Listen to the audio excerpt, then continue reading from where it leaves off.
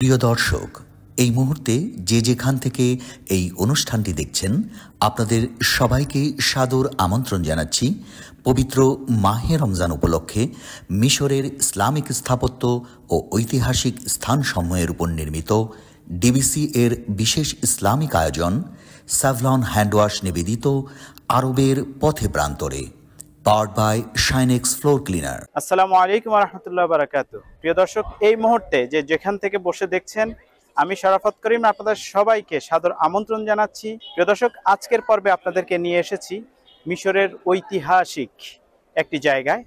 আমার পিছনেই দেখতে পাচ্ছেন মিশরের আইয়ুবী সুলতানাতের সর্বশেষ সুলতান নাজমুদ্দিন আইয়ুবীর মাকবারার সামনে। দর্শক, আজকে আমরা কথা বলবো সুলতান নাজমুদ্দিন আইয়ুবী সম্পর্কে এবং আপনাদেরকে দেখাবো তার মসজিদ, মাদ্রাসা এবং তার মাকবারা। শেষ পর্যন্ত আমাদের সাথেই থাকুন। প্রিয় দর্শক, আজ আপনাদেরকে আমরা দেখাবো সুলতান নাজিমউদ্দিন আইয়ুবী কমপ্লেক্স।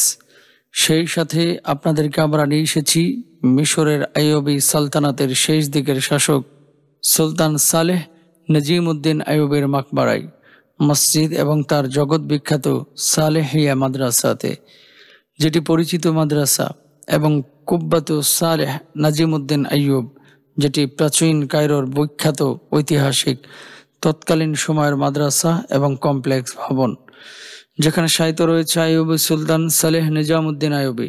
এই কমপ্লেক্স তৈরি হয়েছে 1242 সালে এবং তার মাকবারা এই স্থাপনা তৈরি হয়েছিল সুলতানের মৃত্যুর পরে 1249 সালে। এই শিক্ষা নিকেতনটি মামলুক ও আইয়ুবী সালতানাতের লাইট হাউস বা বাতিঘর হিসেবে বিবেচনা করা হয়। 13-14 শতাব্দীতে এটি ছিল তখনকার যুগে সর্বশ্রেষ্ঠ বিদ্যালয়, যেটির আরবি নাম মাদ্রাসা আস-সালেহিয়া। এটি অবস্থিত কায়রোর সালতানাতের ঐতিহাসিক রাজপথ শারে মুইজদ্দিনিল্লাহ আল ফাতিমাতে, মামলুক সুলতান কালাউন কমপ্লেক্সের পাশে। 1171 ঈসাই সনে ফাতেমি খেলাফত বিলুপ্ত করে সুলতান সালাহ উদ্দিন আইয়ুবের হাত ধরে মিশর ও আরব বিশ্ব নিয়ে প্রতিষ্ঠিত হয় আইয়ুবী সালতানাত।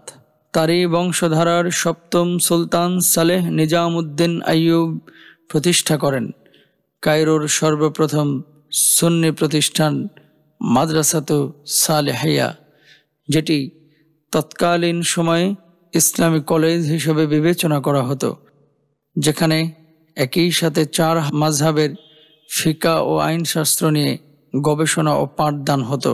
তাই এটার নামকরণ করা হয়েছে স্কুল অব ল। এই কমপ্লেক্স ভবনের উত্তর পাশের দেয়ালকে শাফি এবং মালিকি, দক্ষিণ পাশের দেয়ালকে হানাফি এবং হাম্বলি মাযহাবের জন্য উৎসর্গ করা হয়েছিল। অর্থাৎ ইসলাম যে 4টি মাযহাবের উপরে প্রতিষ্ঠিত, তার একটি চমৎকার উদাহরণ এই সালেহিয়া শিক্ষা নিকেতন। এটাকে তৎকালীন বিশ্বে নামকরণ করা হয়েছিল সিটাডেল অফ স্কলার্স বা জ্ঞানীদের দুর্গ। এখানে বিশ্ববিখ্যাত যুগ শ্রেষ্ঠ ফকিহগণ ইসলামী ফিকহ ও আইন শাস্ত্রের উপরে প্রশিক্ষণ দিতেন। বিখ্যাত ইতিহাসবিদ মাকরিজি তার গ্রন্থে কায়রোর ইসলামী সালতানাতের বিভিন্ন সময়ের 24টি মাদ্রাসার কথা উপস্থাপন করেছেন। তার মাঝে এটিও একটি। এটা এক ধর্মীয় শিক্ষা নিকেতন, যার ছিল তৎকালীন ইসলামী দুনিয়ায় প্রসিদ্ধতা। কয়েক শতাব্দীর পর্যন্ত এটি জ্ঞানের মাধ্যমে আলো বিতরণ করে আসছিল। দর্শক, আপনারা দেখতে পাচ্ছেন সেই ঐতিহাসিক কমপ্লেক্স। এখানে একই এন্ট্রি টিকিটের মাধ্যমে সমস্ত নিদর্শনগুলো আপনারা ঘুরে ঘুরে দেখতে পারবেন। প্রিয় দর্শক, আজকের এই কমপ্লেক্সে এসে একটি জিনিস বারবার আমাদের মনে পড়ছে।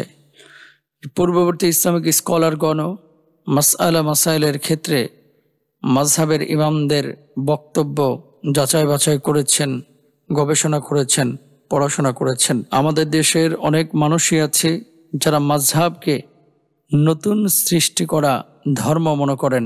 বিষয়টি মোটেও ঠিক নয়।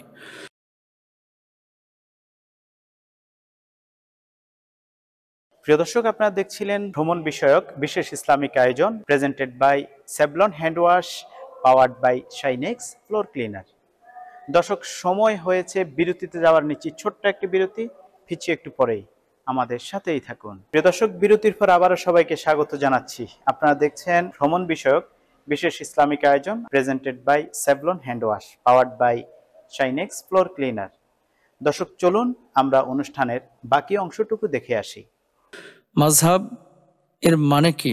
মত, পথ, কোন একটি মাসআলা যেটা পবিত্র কুরআনুল কারীমে সরাসরি বলা নেই কিন্তু ব্যাখ্যা আছে, মূলনীতি বলা আছে, হাদিসের মধ্যেও বিষয়টি নিয়ে কথা আছে, সেটি একজন সাধারণ মানুষের সামনে সহজ করে সুস্পষ্টভাবে আলেমগণ মতামত পেশ করে থাকেন। তেমনি মাযহাবের ইসলামিক স্কলারগণ বা ইমামগণ ইসলামী শরিয়ার যে সমস্ত মাসআলা মাসাইল নিয়ে ইখতিলাফ বা মতবিরোধ রয়েছে সেগুলোর ক্ষেত্রে তারা মতামত পেশ করেন। প্রিয় দর্শক, আজকে এই কমপ্লেক্সে আমরা এসে আপ্লুত হয়েছি, অভিভূত হয়েছি যে একই প্রতিষ্ঠানে সমস্ত মাযহাবের মানুষগুলো এখানে জ্ঞান চর্চা করত, গবেষণা করত। সিটাডিল অব স্কলার্স হিসেবে যেই প্রতিষ্ঠানকে উল্লেখ করা হয়েছিল, যুগ পরিবর্তন হয়েছে, সময়ের পরিবর্তন হয়েছে, আজকে কমপ্লেক্সটি আগের অবস্থাতেই রয়েছে। আল্লাহ সুবহানাহু ওয়া তাআলা পবিত্র কুরআনুল কারীমের মধ্যে কি বলছেন? ফাসআলু আহলাদ যিকরি ইন কুনতুম লা তা'লামুন, তোমরা জ্ঞানী সম্প্রদায়ের কাছে জিজ্ঞেস করো যে বিষয়ে তোমাদের কোনো জ্ঞান নেই। অন্য আয়াতে আল্লাহ তাআলা বলছেন, কুল হাল ইয়াস্তাবিল্লাযীনা ইয়া'লামুনা ওয়াল্লাযীনা লা ইয়া'লামুন, যারা জানে আর যারা জানে না তারা কি সমান?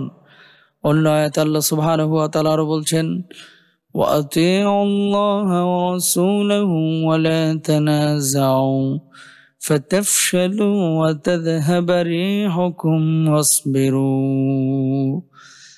আরো আল্লাহ তাআলা বলছেন যে হে ঈমানদারগণ, আতিউল্লাহ ওয়া আতিউর রাসূল ওয়া উলিল আমরি মিনকুম, আল্লাহর আনুগত্য করো, আল্লাহর রাসূলের আনুগত্য করো এবং উলিল আমর যারা জ্ঞানী সম্প্রদায় তাদেরকে তোমরা অনুসরণ করো।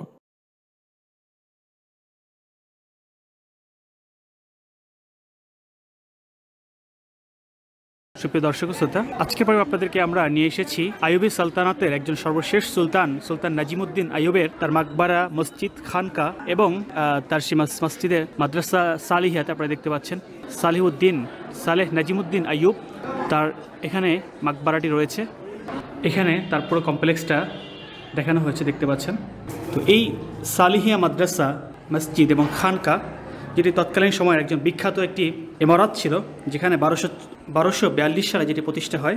নাজিমুদ্দিন আইয়ুব যিনি ছিলেন একজন সুলতান, দেখতে পাচ্ছেন সেই তার যে মসজিদ, মাদ্রাসা, খানকার ভিতরের অংশ। প্রিয় দর্শক, ইনি হচ্ছেন যে সেই সুলতান যিনি সুলতান সালাহউদ্দিন আইয়ুবীর বংশধর, যিনি ঐতিহাসিক মসজিদ আকসা বিজয় করেছেন, তারই বংশধর সুলতান নাজিমুদ্দিন আইয়ুবীর মাকবারার সামনে দাঁড়িয়ে আমরা দোয়া করছি ওনার জন্য। আল্লাহ সুবহানাহু ওয়া তাআলা যেন ওনার জীবনের সমস্ত গুনাহ মাফ করে দেন, আল্লাহ যেন ওনাকে জান্নাতের সর্বোচ্চ মাকাম দান করেন। আমরা ওনার জন্য একটু দোয়া করি। বিসমিল্লাহির রহমানির রহিম।